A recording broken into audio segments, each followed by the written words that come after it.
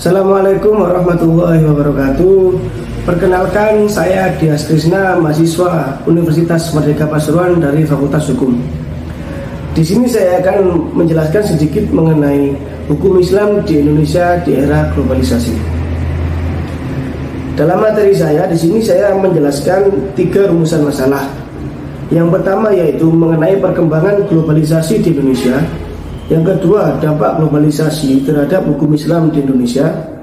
Yang ketiga, cara melaksanakan hukum Islam di era globalisasi. Dalam poin pertama, perkembangan globalisasi di Indonesia. Era globalisasi merupakan era tatanan manusia secara global yang telah melibatkan seluruh umat manusia. Secara khususnya, gelombang globalisasi itu memasuki 3 arena penting dalam kehidupan manusia, yaitu ekonomi, politik, dan budaya. Jika masyarakat atau bangsa tersebut tidak siap menghadapi tantangan-tantangan global yang bersifat multidimensi dan tidak dapat memanfaatkan peluang yang ada, maka akan menjadi korban yang tenggelam di tengah-tengah arus globalisasi. Kemudian, kita juga harus belajar melihat dunia dari perspektif yang berbeda sesuai dengan kepentingan dan tujuan masing-masing tanpa melunturkan nilai identitas budaya bangsa kita. Dengan memahami perbedaan dan persamaan kebudayaan tadi akan menumbuhkan saling pengertian dan saling menghargai antar kebudayaan yang ada. Yang kedua yaitu dampak globalisasi terhadap hukum Islam di Indonesia. Dampak globalisasi sendiri membawa 2 arus, yaitu dampak positif dan dampak negatif.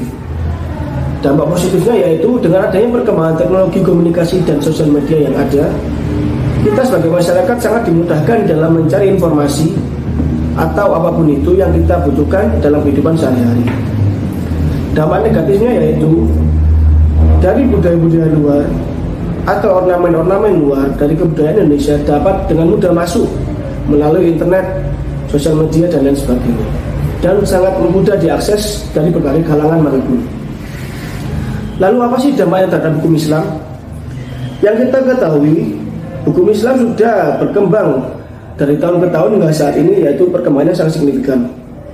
Kemudian dampak globalisasi sendiri terhadap hukum Islam sebenarnya dapat membantu masyarakat awam untuk mencari tahu apa sih hukum Islam itu dan bagaimana cara melaksanakannya.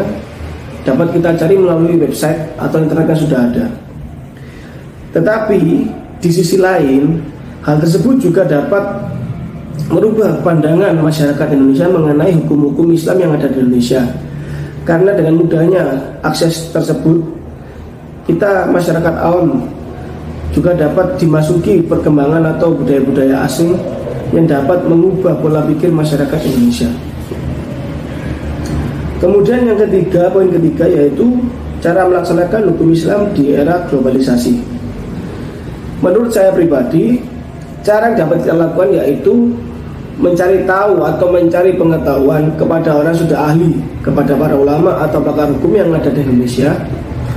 Kemudian setelah mendapatkan pengetahuan atau ilmu tersebut, kita harus menerapkannya di kehidupan masyarakat agar hukum Islam di Indonesia tidak luntur dan dapat terus berkembang sesuai perkembangan zaman dan dapat dilaksanakan dan dapat dirasakan oleh masyarakat umum, terutama masyarakat umat muslim.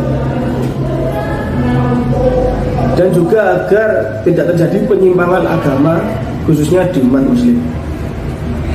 Dari 3 pembahasan tadi dapat saya simpulkan, globalisasi membawa arus yang sangat deras dan sangat signifikan terhadap perkembangan apapun yang ada di Indonesia. Entah itu perkembangan budaya, politik, agama, apapun itu. Karena dengan mudahnya kita dapat mengakses internet, sosial media, dan lain sebagainya dalam semua lapisan masyarakat yang ada.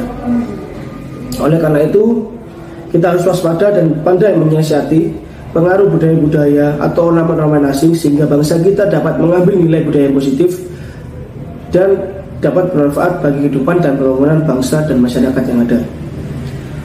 Sekian video dari saya. Apabila ada salah kata atau kekurangan dalam penyampaian materi yang saya sampaikan, saya memohon maaf yang sebesar-besarnya. Wassalamualaikum warahmatullahi wabarakatuh. Jangan lupa like, komen, dan subscribe untuk episode kedua.